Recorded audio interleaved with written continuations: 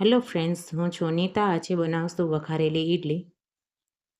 સૌ પ્રથમ કડાઈમાં તેલ લઈ લેશું. તેલ ગરમ થઈ જાય એટલે રાઈ,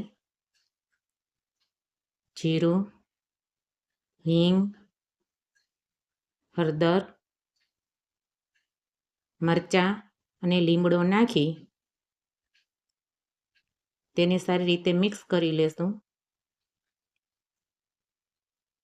ત્યાર પછી તેમાં કાંદા નાખી તેને સાતળી લેશું.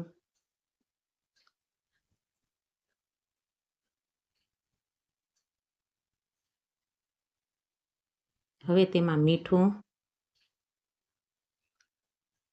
ધાણા જીરું પાવડર, મરચું પાવડર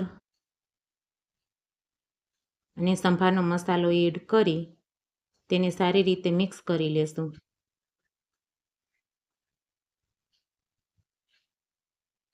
તેમાં ઈડલીના કટકા નાખી સારી રીતે મિક્સ કરશું, જેથી બધો મસાલો ઈડલીના કટકામાં ચડી જાય.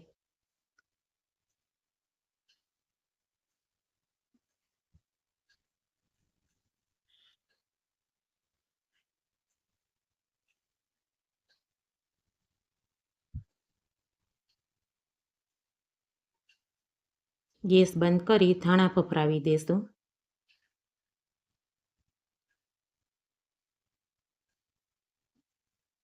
રેડી છે વઘારેલી ઈડલી.